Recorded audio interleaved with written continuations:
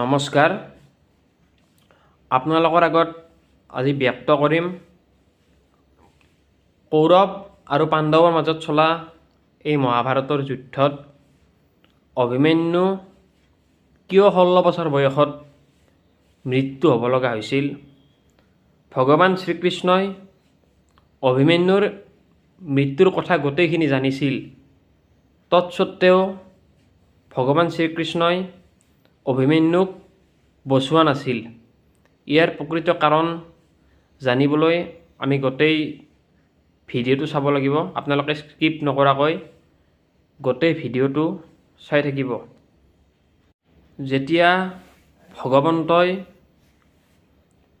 মানুহ ৰূপে পৃথিৱীত জন্মগ্ৰহণ কৰিবলৈ ইচ্ছা প্ৰকাশ কৰিছিল, প্ৰভু ভগৱন্তই ত্ৰেতা যুগত প্ৰভু ৰামচন্দ্ৰ হৈ পৃথিৱীলৈ তেখেতে প্ৰত্যাৱৰ্তন কৰিছিল। তাৰপিছত দ্বাপৰত প্ৰভু ভগৱন্তই শ্ৰীকৃষ্ণ ৰূপে আৰু তেখেতৰ অনন্ত নাগ, তেখেতে ভগৱানে য'ত শয়ন কৰিছিল অনন্ত নাগ, এই অনন্ত নাগেই বলোৰাম ৰূপে অৰ্থাৎ ভগৱান শ্ৰীকৃষ্ণৰ ককায়েক ৰূপে পৃথিৱীত জন্মগ্ৰহণ কৰিছিল। আৰু বাকীবোৰ দেৱতায়ো নিজৰ নিজৰ অংশৰ পৰা পৃথিৱীলৈ পঠোৱাৰ সিদ্ধান্ত গ্ৰহণ কৰিছিল। তেনেদৰে সূৰ্য দেৱতাই কৰ্ণক তেওঁৰ অংশস্বৰূপে পৃথিৱীলৈ পঠাইছিল। ইন্দ্ৰই অৰ্জুনৰ অংশস্বৰূপে পৃথিৱীলৈ পঠাইছিল। আৰু এনেদৰে দেৱতাবিলাকে নিজৰ অংশৰ পৰা পৃথিৱীলৈ পঠোৱাৰ বাবে সিদ্ধান্ত গ্ৰহণ কৰিছিল। কিন্তু তাৰ মাজত এজন দেৱতা আছিল। এই দেৱতাজনে তেওঁৰ অংশ বা তেওঁৰ মৰমৰ পুত্ৰক পৃথিৱীলৈ পঠোৱাবলৈ অনিচ্ছুক হৈছিল। তেওঁ আছিল চন্দ্ৰ। যেতিয়া গোটেই দেৱতাবিলাকে তেখেতসকলৰ অংশৰ পৰা পৃথিৱীলৈ পঠোৱাৰ সিদ্ধান্ত গ্ৰহণ কৰিছিল, কিন্তু যেতিয়া চন্দ্ৰ অনিচ্ছুক হৈছিল, তেতিয়া ভগৱন্তই চন্দ্ৰক কৈছিল, গতিকে প্ৰত্যেক দেৱতাবিলাকেই পৃথিৱীলৈ তেখেতসকলৰ অংশ পঠাইছে, গতিকে তুমিও পঠাব লাগিব। তেতিয়া চন্দ্ৰই কৈছিল, বোলে মোৰ পুত্ৰক মই বহুত মৰম স্নেহ কৰোঁ, গতিকে মই মোৰ পুত্ৰক পৃথিৱীলৈ পঠিয়াব নোৱাৰোঁ।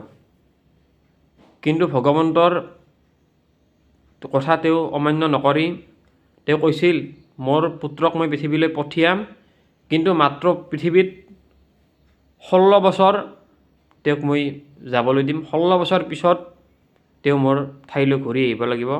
আৰু যদি আপুনি নিজৰ কাষত ৰাখিব, কিন্তু আপুনি আপোনাৰ লগত সদায় ৰাখিম বুলি যদি মোক প্ৰতিশ্ৰুতি দিব পাৰে, তেতিয়াহ'লে মোৰ পুত্ৰক মই পৃথিৱীত পঠিয়াম। তেতিয়া ভগৱান কৃষ্ণই হ'ব বুলি কৈছিল। তেনেকৈয়ে চন্দ্ৰমাৰ অংশৰ পৰা অভিমন্যু ৰূপে পৃথিৱীলৈ আহিছিল। কুৰুক্ষেত্ৰ যুদ্ধৰ সময়ত অভিমন্যু যেতিয়া যুদ্ধ কৰিব গৈছিল, তেতিয়া যুধিষ্ঠিৰৰ ভৰিত ধৰি তেওঁ আশীৰ্বাদ বিচাৰিছিল। যুধিষ্ঠিৰো দীৰ্ঘজীৱী হ'ব বুলি আশীৰ্বাদ দিছিল।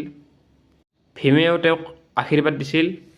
যেতিয়া ভগৱান শ্ৰীকৃষ্ণৰ ভৰিত ধৰি তেওঁ আশীৰ্বাদ দিছিল, ভগৱান শ্ৰীকৃষ্ণই কিন্তু তেওঁক চিৰঞ্জীৱী হ'ব বুলি আশীৰ্বাদ দিছিল।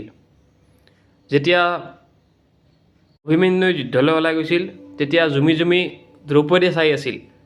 দ্ৰৌপদীয়ে ভগৱান শ্ৰীকৃষ্ণক প্ৰশ্ন কৰিছিল, বাকী সকলোবোৰে দীৰ্ঘজীৱী হ'ব বুলি আশীৰ্বাদ দিলে, কিন্তু কানা, তুমি কিয় মোৰ পুত্ৰ অভিমন্যুক দীৰ্ঘজীৱী হ'ব বুলি আশীৰ্বাদ নিদিলা?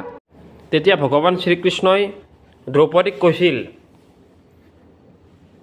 মোৰ ভতিজা যুদ্ধত গৈছে, তেওঁ হাৰিব না জিকিব ময়ো নাজানো, কিন্তু মই এটা কথা জানো, যদি যুদ্ধত অভিমন্যু জিকেও বা হাৰেও, কিন্তু অভিমন্যুৰ নাম সোণালী আখৰেৰে লিপিবদ্ধ হৈ থাকিব, কাৰণ অভিমন্যু এজন নিপুণ যোদ্ধা আছিল। এনেদৰে শ্ৰীকৃষ্ণই দ্ৰৌপদীৰ আগত এই কথাখিনি প্ৰকাশ কৰিছিল। কুৰুক্ষেত্ৰ যুদ্ধত যেতিয়া দ্ৰোণাচাৰ্যই চক্ৰবেহু ৰচনা কৰিছিল, অৰ্জুন এটা বেলেগ দিশত আছিল, অৰ্জুনে আহিব পৰা নাছিল।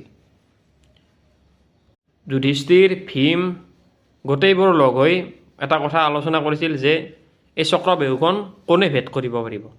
তেতিয়া এই কথাটো অভিমন্যু শুনি আছিল। অভিমন্যুৱে কৈছিল যে মই মাতৃৰ গৰ্ভত থাকোঁতে ভগৱান শ্ৰীকৃষ্ণ অৰ্থাৎ মোৰ মামাই মোৰ মাৰ আগত এই চক্ৰবেহুৰ গোটেই বিৱৰণ দি আছিল, মই শুনি আছিলোঁ। কিন্তু এই বেহুটো ভেদ কৰাৰ কথাটো মই শুনা নাপালোঁ, কাৰণ তেতিয়া মোৰ মা টোপনি আহি গৈছিল। গোটেইবিলাকে অভিমন্যুক কৈছিল যে তুমি চক্ৰবেহু ভেদ কৰি চক্ৰবেহুৰ ভিতৰত প্ৰৱেশ কৰিবা, আমি গোটেইবিলাকে যাই তোমাক তাৰ পৰা উদ্ধাৰ কৰি লৈ আহিম।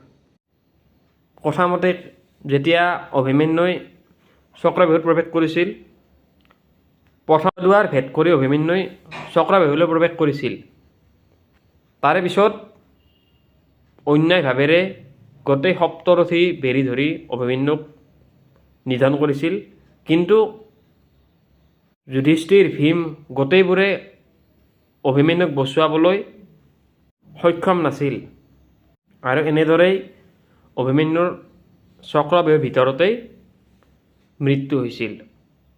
ভগৱান শ্ৰীকৃষ্ণই অভিমন্যুক বচাব পাৰিলেহেঁতেন, কিন্তু ভগৱান শ্ৰীকৃষ্ণই অভিমন্যুক নবচোৱাৰ কাৰণ হৈছে যেতিয়া চন্দ্ৰমাই ভগৱান শ্ৰীকৃষ্ণক তেওঁৰ অংশৰ পৰা পুত্ৰ পৃথিৱীলৈ পঠিওৱাৰ কথা কৈছিল, তেতিয়া চন্দ্ৰমাই ভগৱান শ্ৰীকৃষ্ণক মাত্ৰ 16 বছৰৰ টাইম দিছিল।